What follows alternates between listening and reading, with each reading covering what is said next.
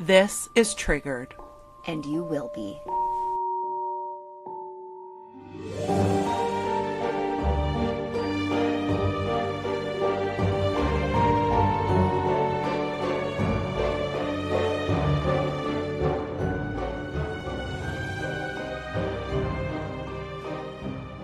Guys, if you've ever been through anything like traumatic or just a time in your life where you just like stare at your best friend, like, oh, that's where we're at.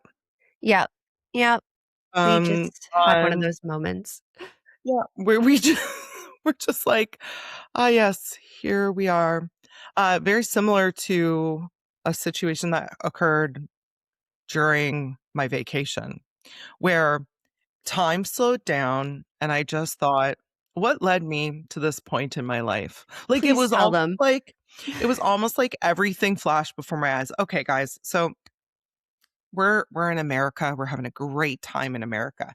It's July 4th weekend. There's guns, there's fireworks, there's food. There's so much food. We're having a great time, okay?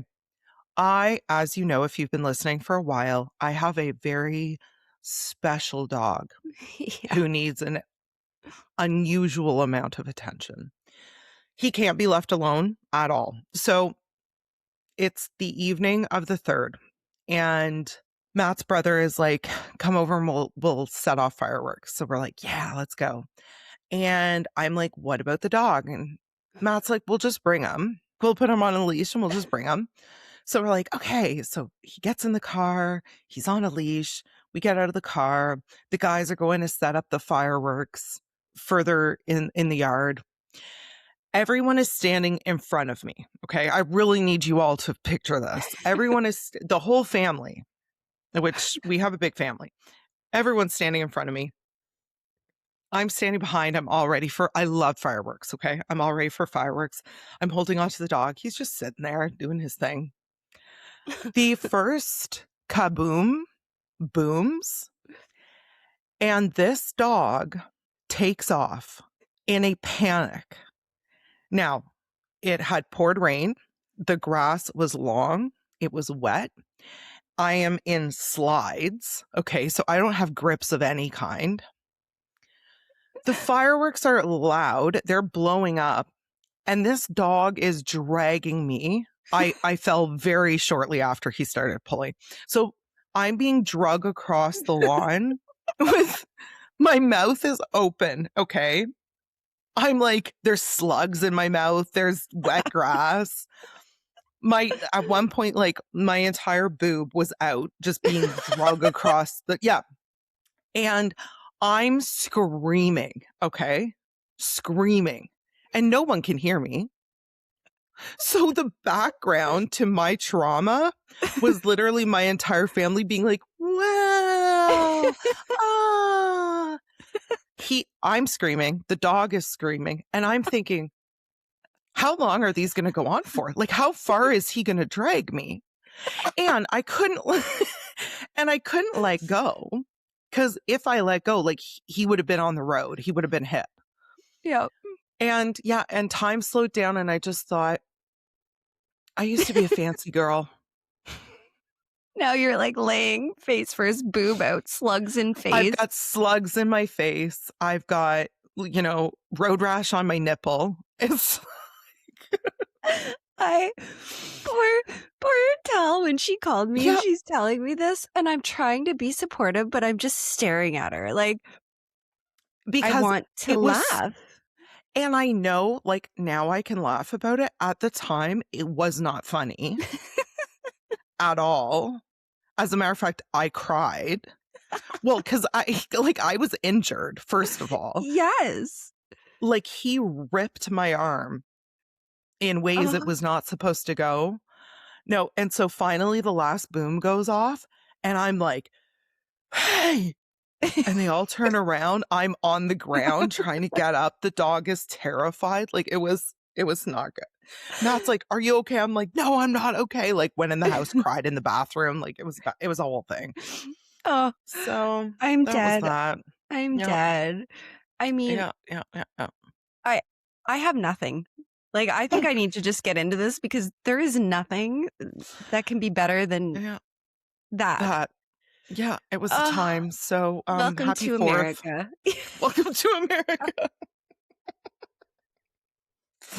And what horrific thing do you have to tell us today, Ash? Oh, guys. Okay, so I'm sitting there the other day and I'm like, we haven't done a good serial killer in a while, you know? Mm-hmm. I like a good classic motherfucker just to start the week off right. And I'm 'Cause why like, not? right? And I'm like, okay, this one, that one. And then I stopped for a second. I'm like, have we ever talked about BTK? And I was Yeah, like, and you texted me, and I yeah. was like, I don't know. We're almost at 200 episodes. So I'm like, have we talked about BTK? And there was a moment where I was like, oh my God, we must have. I had to comb through almost 200 episodes where I'm like, am I losing my mind? But BTK is like one of the OGs, right? So you're just like, obviously, if we have a true crime podcast, we haven't slept on Yeah. BTK, but we have slept on BTK, and I'm going to tell you about it. Because not everyone really knows. Well, and this is the thing, and even myself, as like I would like to refer to myself as a true crime junkie. Yeah. There are so many famous cases that you know the gist of it, you know the idea of it. I know that Dahmer ate people, like, but to get into the weeds and really understand what went on, I don't know if, I know there's people out there who obsess about it and know every little thing about it, but for the most part, I think most of us kind of just cruise. So, uh, take it away. Tell me All about right. BTK. All right. Wichita, Kansas, October 1974, my friends. I have this first of all, I can say Wichita. So that's right there. Love I'm so Wichita. impressed. And when I think of Kansas, I'm just like, this sounds so lovely. It sounds so lovely.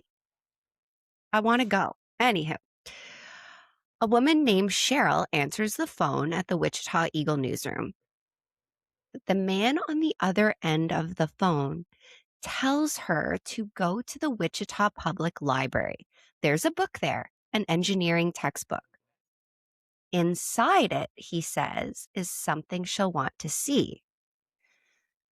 So, you work at you're a news reporter, you're working at a fucking news station, and you're like, this is a kook, but I'm going to check it out because. Also, do you know how excited I would be if I got a call like that? Because I know. can you imagine, like she's in Wichita, Kansas. She's sitting at a newspaper desk, she's probably getting calls about like, well, I'd like to put my property up for sale and have a little part in the newspaper, and all of a sudden she gets a call like this. I'd be like, let's go. Yes. So Cheryl goes, opens up the book, and she finds a letter. Okay. This letter describes in detail no reporter had been given.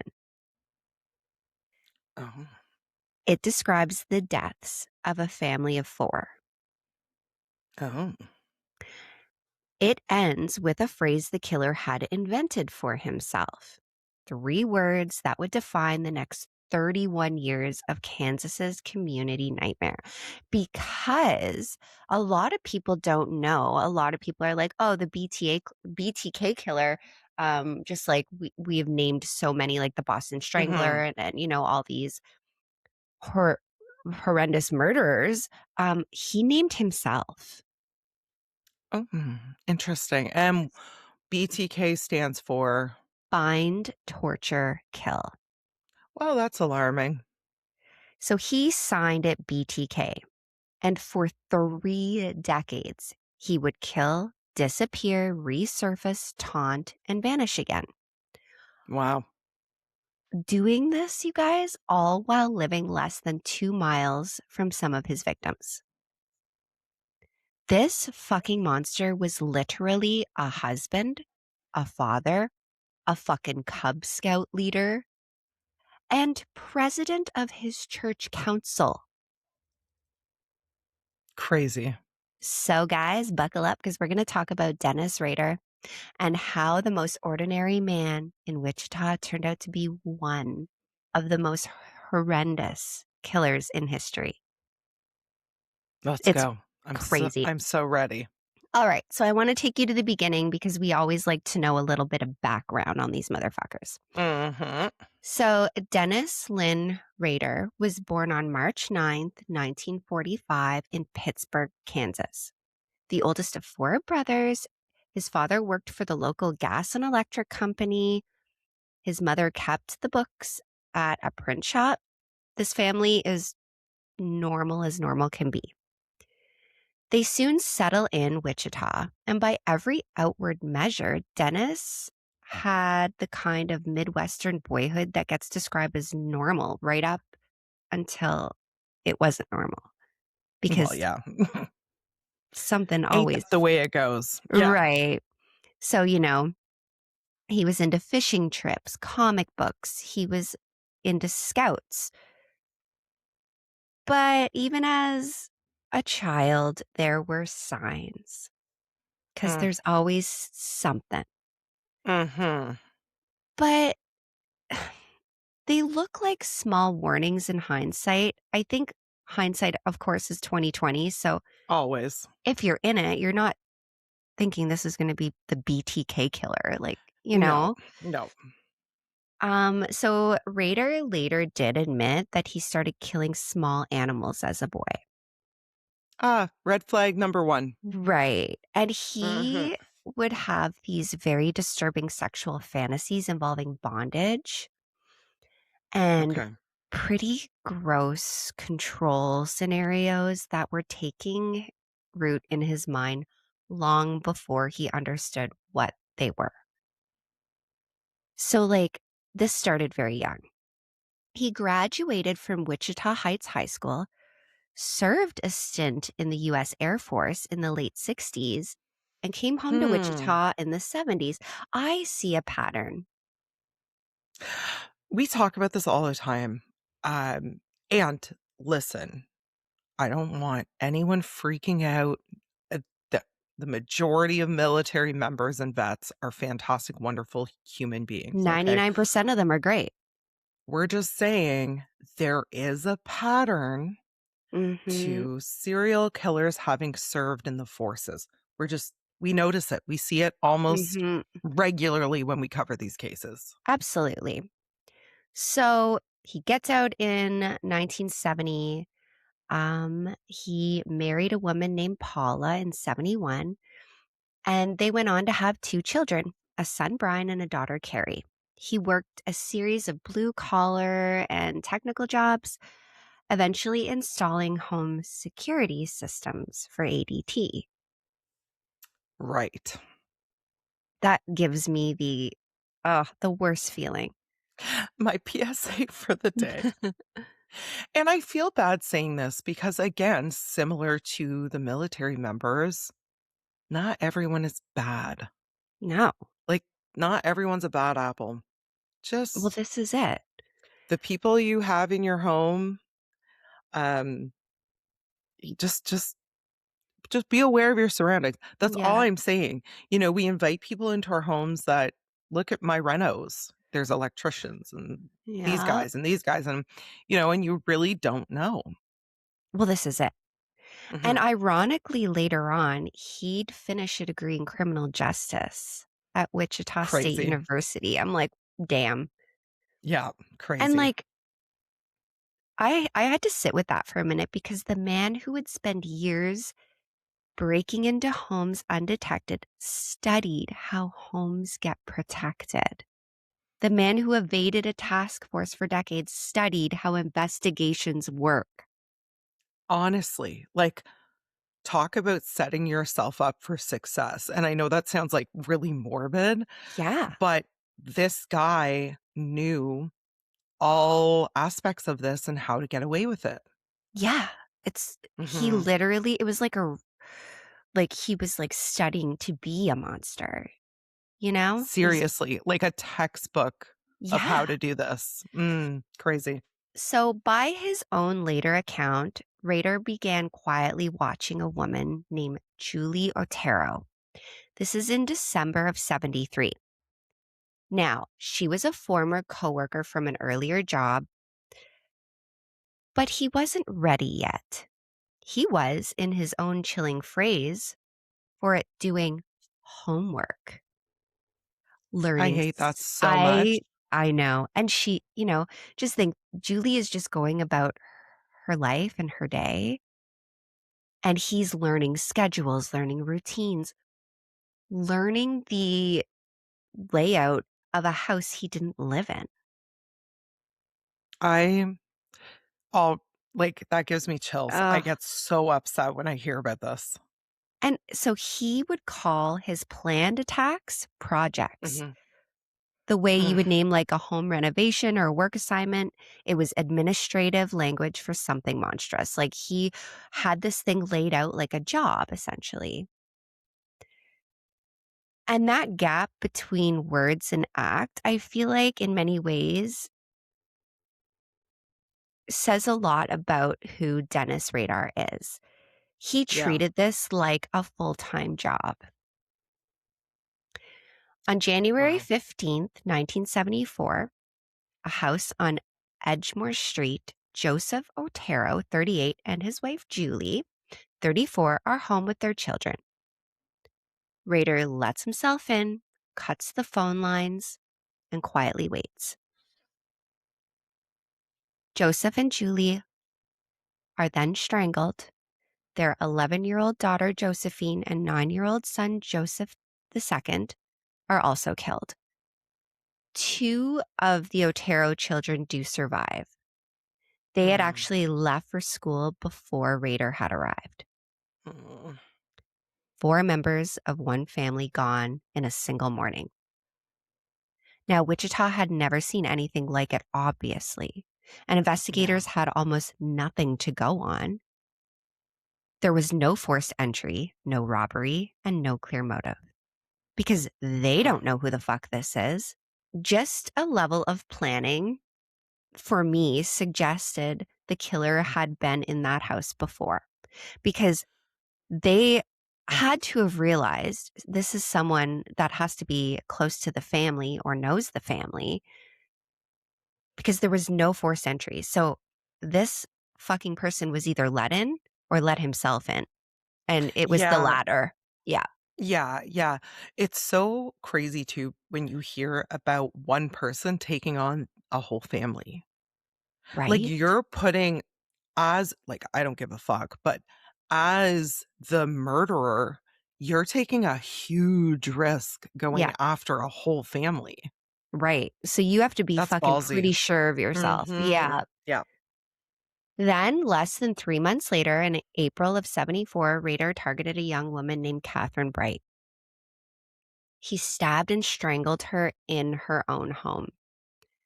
Her younger brother, Kevin, was shot, but he did survive. And it would be Kevin's survival and his account of a strange, methodical intruder that later helped investigators connect this attack to the Otero's family. Okay, got it. Right. So these were 2 attacks, 2 very different outcomes, and still there are no names, no face, no motive that made any sense to these detectives. Wow. Like these detectives are like, what the fuck? Like they're starting to be like, what is going on? Who could be doing this? It's terrifying. Absolutely. And we're in the 70s. We're not like, we don't have, half of the shit that we have today. No. Then in October of 74, Rader did the thing that would define his entire pathology. He reached out. He wrote that letter and hid it inside a library book and directed a reporter to find it. Because an anonymous killer isn't threatening if no one knows he exists. The Right. letter Oh, described... Right. So the letter described the Otero murders in detail that hadn't been made public. So the only thing that right away they were like, oh, fuck, this is like legit, was because nothing had been released to the public and he was going into detail. This was here. That was there. This is what I did. He gave police and the public the name he'd chosen for himself. And, bind them, torture them, kill them, BTK. You know what? And I'm sure, I hope things are different now, but Mm-hmm. like, let's not let serial killers name themselves. Like, you want to be called BTK? I'm not calling you that. Right? I'm calling you Fluffy Butter.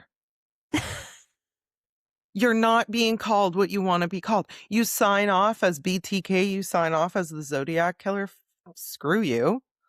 I'm going to name you something completely different because I'm not giving into this. Like, and I know it's like the whole thing about it, but I Yeah. hate that he went down in history exactly how he wanted How to. he wanted. Well, and, Mhm. this letter wasn't written because he was like, I want to get caught or anything No. else. This was another form of control. This was another Yeah. form of, I want credit for my hard work because he's Mhm. narcissistic and he's a psychopath. Yeah. And really, his letters did become his downfall, but not for 31 fucking years. Yeah, honestly. Like, so Rader went quiet for a few years. His own account ties the gap to the birth of his son. But Which in is March, so messed up. it's crazy to me. Like, oh, I took a break from murdering people because happiest day of my life. Like, what? Ugh. Right, right. So in March of 1977, he broke into the home of Shirley Vian, a 26-year-old mother. He locked her 3 young children in a bathroom before strangling her. The kiddos survived, physically unharmed, but they were in a room next to listening to their mother being brutally murdered. The aftermath of that, the mental torment that would cause a Yeah, child, even going into adulthood, would be I can't imagine. lifelong. Yeah.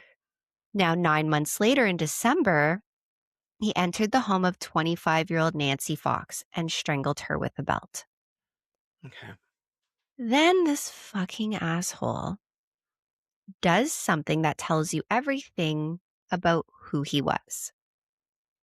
He walked to a payphone and called the police himself to report the murder. And this is where we see the ego coming in. It's He was always so the ego. excited. Yeah, he Yeah. couldn't hold it It's in. He couldn't wait for their body to be found. He needed to tell yeah. them. Yeah. The ego is the downfall.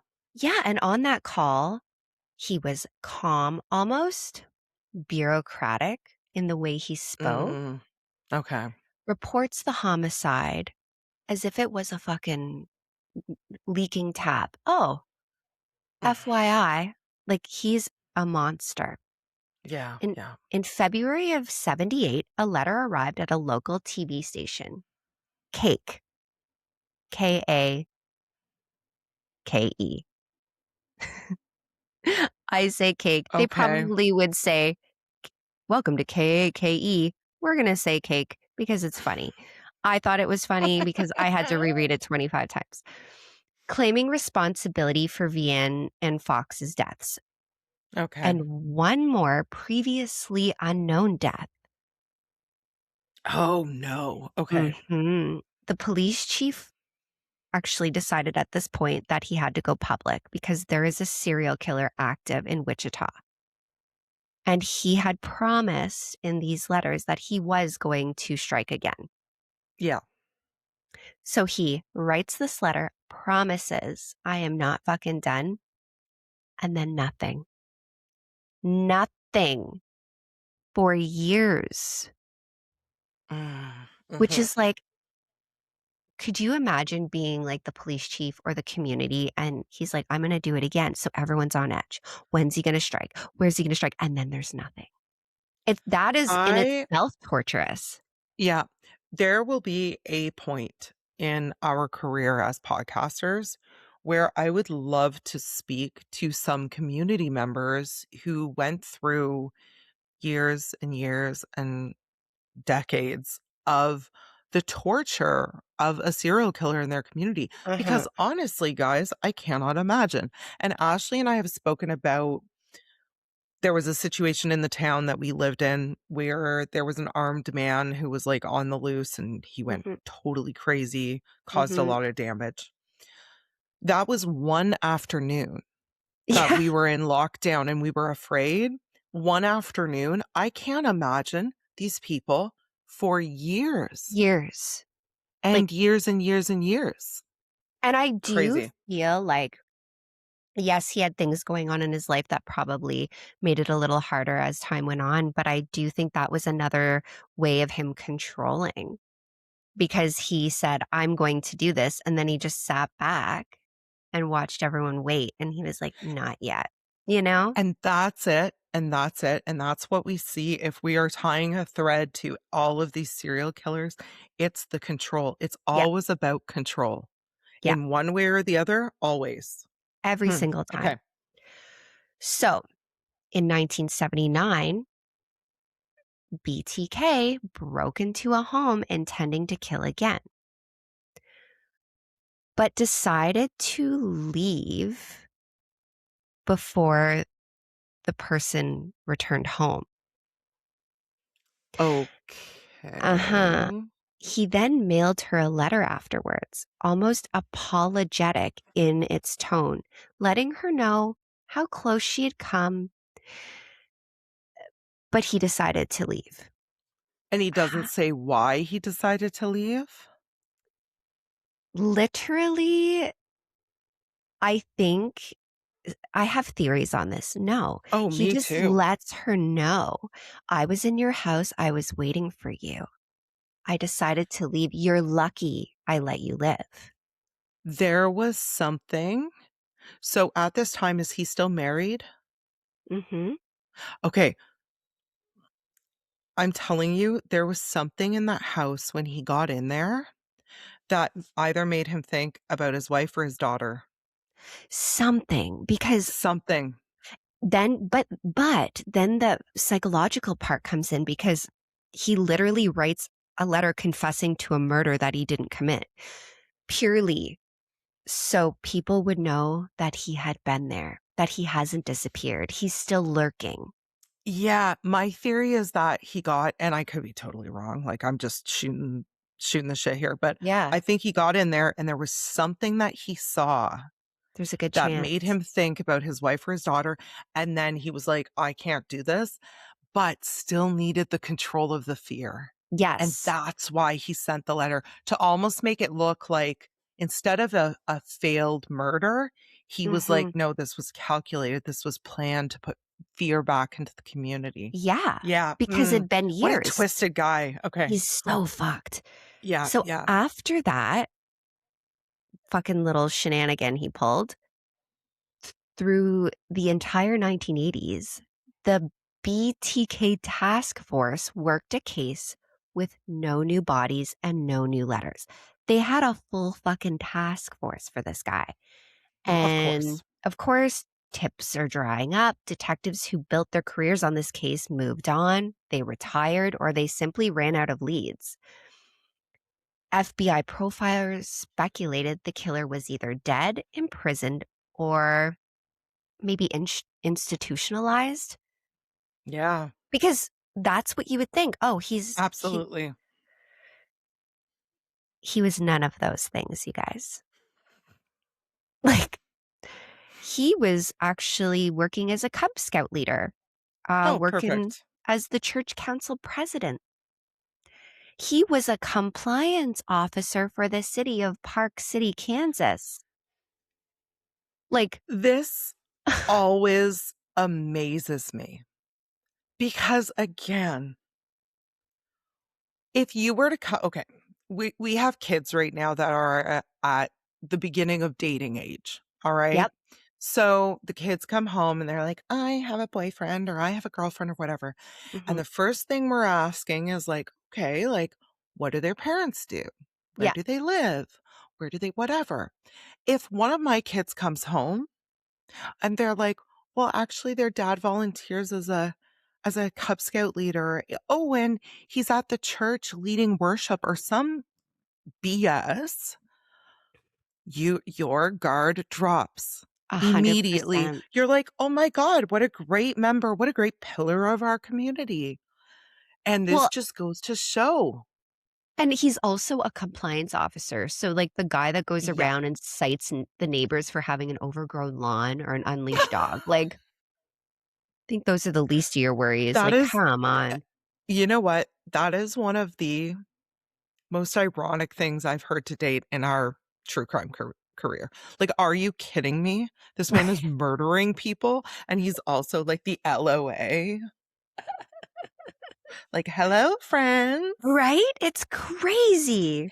Not LOA. I'm sorry. That was The my HOA. thank you. I was like, I'm just going to You let know, that. I was gonna say Matt's rolling his eyes right now if he's listening to this. Every time we like make a mistake, like remember the hip waiters? And we called them dumb waiters. Yeah. Yeah.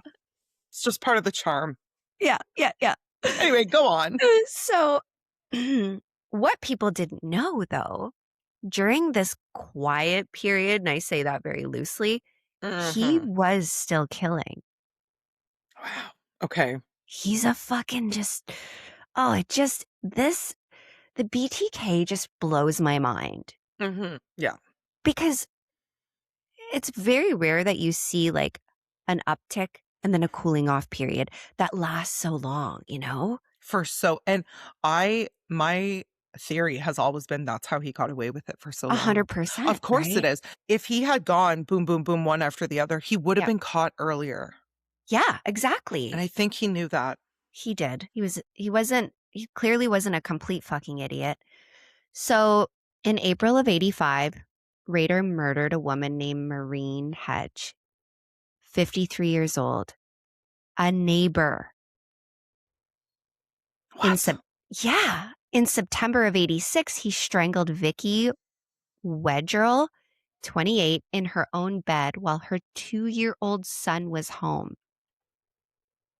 What a He was sicko. he was unharmed. And then in January of 91, he killed Dolores Davis, 62.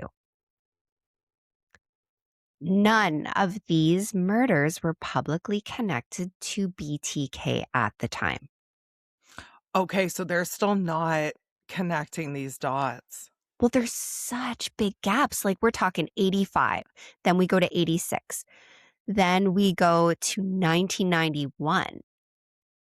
You know, and it's not like they have, like, you would have to literally be looking so closely at all the evidence, and people are retiring, people are moving, so this is just a clusterfuck. Really. Wow. Right. So they went into police files as they do as unsolved homicides, not as chapters in an ongoing serial case. And that is so important to note because this is how he got away with it.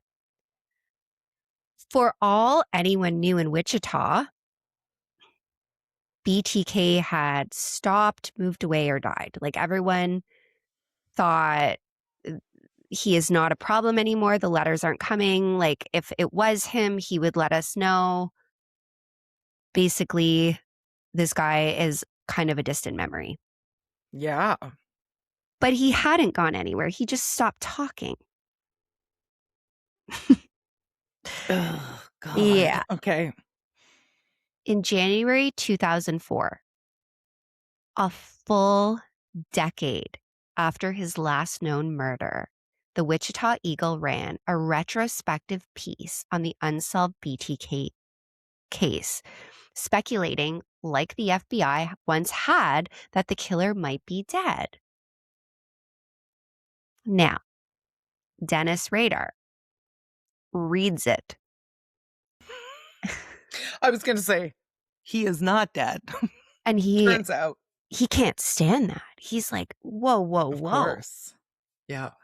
So in March 2004, a letter arrived at the newspaper containing a photocopy of Vicki Wegerle's driver's license and photographs from her crime scene, girl.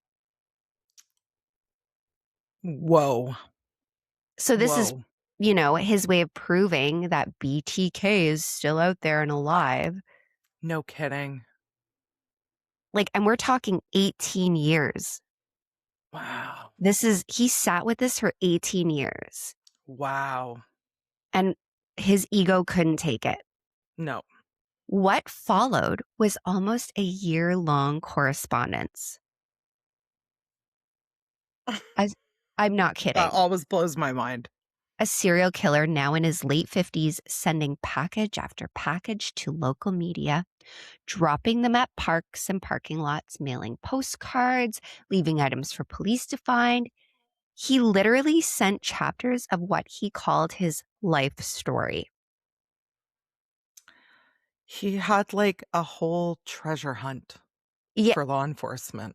Yes, he sent a bound doll staged to resemble one of his victims. Oh, that's gross. This motherfucker was having the time of his life. Yeah, of course. And this is the part of the story that should terrify anyone who thinks a criminal mastermind is smarter than everyone around them. Because Dennis's ego is what caught him. He would have gotten away with being a serial killer. He could have flew under the radar. And that would have been the end of his story, and no one would have known. They wouldn't have continued looking, right? Yeah, yeah. In February 2005, Rader sent police a letter asking a very specific, very careless question. If he sent them information on a computer floppy disk, could it be traced back to him? He asked I'm sorry. the police. I'm just going to need a moment. What? He asked That them. is the dumbest thing So dumb. I have ever heard in my life. Yeah. He's like, hey guys, if I sent you a floppy disk, are you able to trace? Could you imagine the cops be like, yeah, we will trace it back to you. Durr. Can you imagine calling your internet provider and being like, I'm having some problems with my VPN from the United States. Right. Think you could give me a hand? What? Come on. So through a classified newspaper ad, police answered, no, it would not be traced. It would be completely safe for him to do that. Yeah, come send it over, please. And he believed them. Oh my God. So he sent the disc to a local TV station. Oh, okay. All right. And investigators pulled the metadata because, obviously, deleted file fragments the disc had once contained and found a reference to Christ Lutheran Church, along with the name Dennis. Yeah. You know what? It always amazes me when we get to this part of the story, because regardless of who we're talking about, there's always this part of the story, okay? Yes. And it always amazes me because this man instilled so much fear into an entire community, an entire state, maybe the entire country, was able to play a game where he was this terrifying, goes bump in the night monster. And yet was this stupid. Right. Oh, God. Okay. So obviously it took no time because they looked up Christ Lutheran Church in Park, Kansas City, and they had a council president named Dennis Rader. Oh, hello. They were probably like, oh, hello, Dennis. Thanks for coming. So police obtained a DNA sample from a medical procedure performed on his daughter, Carrie, years earlier. Since a parent-child DNA link would confirm a family match, and compared it to the semen that was recovered from the very first crime scene, that was the Otero house, more than 30 years before. And what do you think they found, Chantal? I'm assuming it was a match, It was a match. but I just need an aside here. Mm. Um, my heart breaks for Carrie. Could you imagine? I can't. You were just explaining that, and I'm just thinking like, hold up a second. So this poor woman, 'cause she's a woman now, had to go through her life knowing that her DNA sample, her blood sample from a procedure Mhm. she had as a child, Mhm. was compared to her father's semen at a crime scene where he brutally murdered people. I am so sorry, Carrie. That's horrible. It I is horrible. cannot imagine. I hope she got so much help and therapy and Yeah. healing over the years because that actually broke my heart thinking, like, as a daughter, knowing that that's what happened, that A that's what cracked it. Oof. and, you know, keeping in mind, that is still dad. So, Of you would course. almost have 2 visions of your father because, you would look up to your dad as a Cub Scout leader, a church president, Yes. dad who tucks you in at night, this loving person, and then for your whole world to be flipped over and he's the fucking BTK killer. Like, what? I So on February 25th, 2005, police arrested Dennis Rader as he drove home from his job as a compliance officer.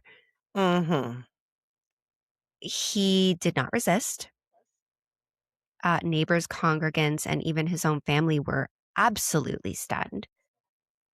This was the man who led the church council, the man who ran the Boy Scout troop, the man whose wife sang in the same choir he oversaw. Like, I have no the words. shock. That would be as shocking as if it came out that you were a serial killer. I'd be like, "What?" Mhm. Mhm. Lulz. Well, yeah, I know. I know. He had lived 2 miles from some of his victims for years. He had, by his own admission, driven past crime scenes on his way to church with his family. Like, it's Guys, wild. I know no one likes to sit with this because I don't even like to sit with this, okay? Uh-uh. You never really truly know anybody. And No. I hate being that It's person. true. And we can't live our lives with that in mind necessarily, but it's the raw truth. It's the It raw truth. is. Listen, I cannot imagine Matt or any of my kids or my parents or you or your husband ever doing anything like this. But the truth is, at the end of the day, you never really truly know You anybody. don't. And it's Ugh. the sad truth, right? It is. Yeah. So in court, Rader pleaded guilty to 10 counts of first degree murder. And over the course of his plea hearing, he described his crimes in that same flat procedural tone from the 77 Mhm. phone call, as if Mhm. reciting a work log. He talked about his projects. He talked about stalking victims and referring it to trolling. So he called it trolling. It's I'm like, "Uh-huh." So because Kansas at the time had no death penalty on the books, Okay. his um on the books at the time that his murders were committed, right? So you have to Okay. kind of go Okay. back. The Yeah. harshest sentence available was consecutive life terms. Okay. He received 10 of them, a minimum of 175 years without parole. Bye, Dennis. At sentencing, victims' family members confronted him directly in the courtroom. Rader offered an apology and said he hoped they could someday forgive him. Whether that apology meant anything from a man capable of 30 years of calculated silence is something very personal, I guess, because we will never know. I don't think, and this is just my personal opinion on this, I don't think someone like Dennis actually feels the words he says. No, I don't think so Like, either. I No. think he said, "I hope at one point you'll be able to forgive me," because he knew that's what he was supposed to say. And again, it's about him. And again, the show is about him. Yeah. Yeah. Now, he is currently incarcerated at El Dorado Correctional Facility in Kansas. Rader's family didn't just lose a father and a husband to a prison sentence, but they lost their entire identity. And that was one thing that, like, doing this case, I felt so deeply for the victims, but I also felt very deeply for his family because, Oh, I can't imagine. Like, think about, and I mean, Matt and Mike aren't as, how can I say this nicely? They're not as squeaky clean as no. Dennis Rader was on the surface, like, Right. we're not going to church on Sunday. Right. And even still, I can't imagine how it would tear our family apart if if Matt was doing shady shit. Actually, yeah. So Carrie actually has since written and spoken publicly about discovering Good for in her. adulthood that her father was one of the most notorious serial killers in American history. Good And for her. she has said she believes he likely killed more than the 10 victims he was convicted of. Of course. And that was a suspicion that was shared between investigators. But there has never been really truly anything substantiated by those claims. Yeah. But this case really has left a long cultural footprint. It influenced the Thomas Harris character, Francis Dellerhyde in Red Dragon. It shaped the ADT man storyline of Netflix's Mindhunter. So if you guys haven't seen Mindhunter, it's a really, really good show. Well done. We love Mindhunter. Yeah. I love it. Stephen King has actually said that Rader's double life directly inspired his novella, Good Marriage. Okay. And true crime media has returned to this case time and time again, just as we are talking about it, because you just continue to circle the same unsettling question. Not how could someone do this? Because that's not the question. People do horrendous things all the time. Yes. The better question to me is, how do you build a system, a neighborhood, a police department, a church, a family that can catch this kind of person before 3 decades pass? Like, how do you prevent these things from happening? I don't think you can. He wasn't hiding in the shadows. This guy was out there on the church council. Yeah. He was literally in front of everyone, that the people that were most scared of him, the people that were looking for him. The thing is, people weren't foolish. They weren't missing any signs because there weren't any signs to look at. This whole case challenges our entire society at its core because, and we were just talking about this, the Travis Kelce Taylor Swift wedding happened this weekend. Okay. We saw the guests going in and coming out and all this stuff. And we look at these people and we hold them to a standard because they're celebrities, because they're rich, because they donate to the food bank, because they do all these things. And we assume, due to that, they're good people. And this is the fall of society as we know it today. We hold these people to such a high standard and such a high level in our society, thinking they're the best of the best at everything. They're gorgeous, they're rich, they're famous, they, can perform, they can whatever. And that's what happened here. That's what happened here. No, Dennis was not Taylor Swift, okay? No. I'm not saying that. But in his community, he was. Yes. He was. Right? He was the guy that people, I guarantee you, other women looked at him and his family and thought, oh my God, what a lucky woman. Yep. Wow. Those kids are so lucky to have such a great father. Look at how involved he is. Boy Scouts, leading the church choir, has multiple jobs and volunteers on the HOA. Like, I'm telling you, this is where the challenge to our societal ladder begins. And it's 100%. disturbing. It's disturbing. It is. Now, Dennis Mhm. Rader is 81 years old as of this recording. Okay. He is still serving 10 consecutive life sentences, and he will die in that prison. Yes. But for 31 years, he was a notorious serial killer, lurking, blending. And to me, yes, the violence and the horror of what he did Mhm. stands out. But the thing for me is the ordinary way he lived his life that makes me feel the ick. Okay. So I have a question for you before you finish this episode. Mm-hmm. Do you think this was a case of Dr. Jekyll, is it Mr. Hyde or Yep. Mr. Jekyll? No, Dr. Jekyll Yep. and Mr. Mr. Hyde. Hyde. Do you think this is a case of he was both at the same time? Part of me says yes. I Mm-hmm. think, maybe part of him wanted, the family life, the stability, but that darkness inside him had to come out. Mm-hmm. And he had to Mm-hmm. maybe it was impulse. It wasn't, I'm not going to say impulsive, but it was an Mm-hmm. internal impulse that he had, Mm-hmm. almost like an itch he had to scratch. Yeah.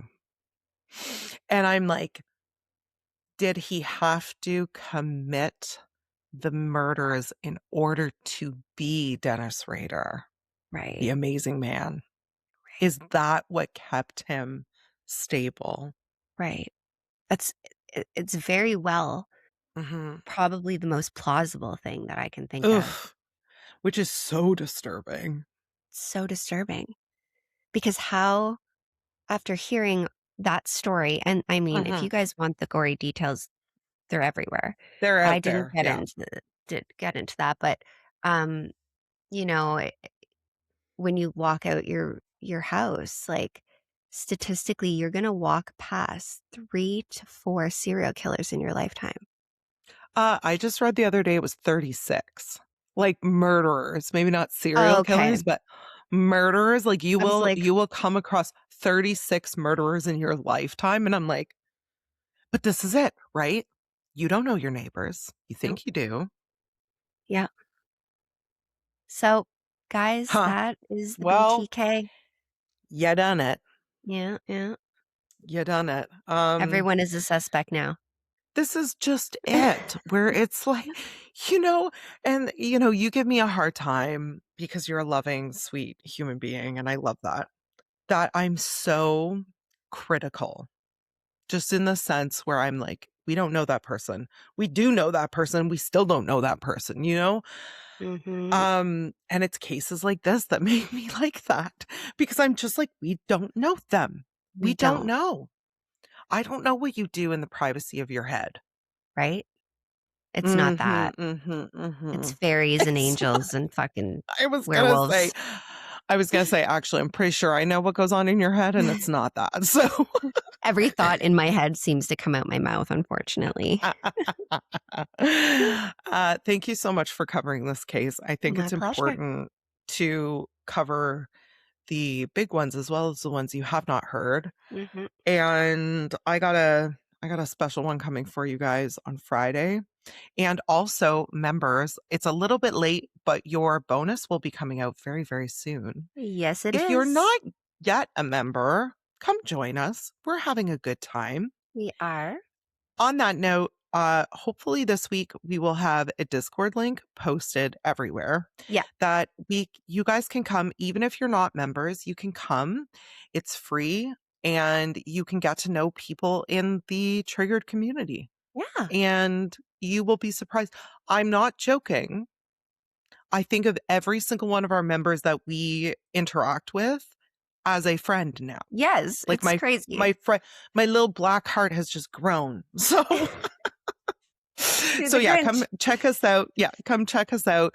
Thank you so much, Ashley, for this story. Thank you so much for listening. And we will see you all on Friday. Friday. Bye Bye. bye.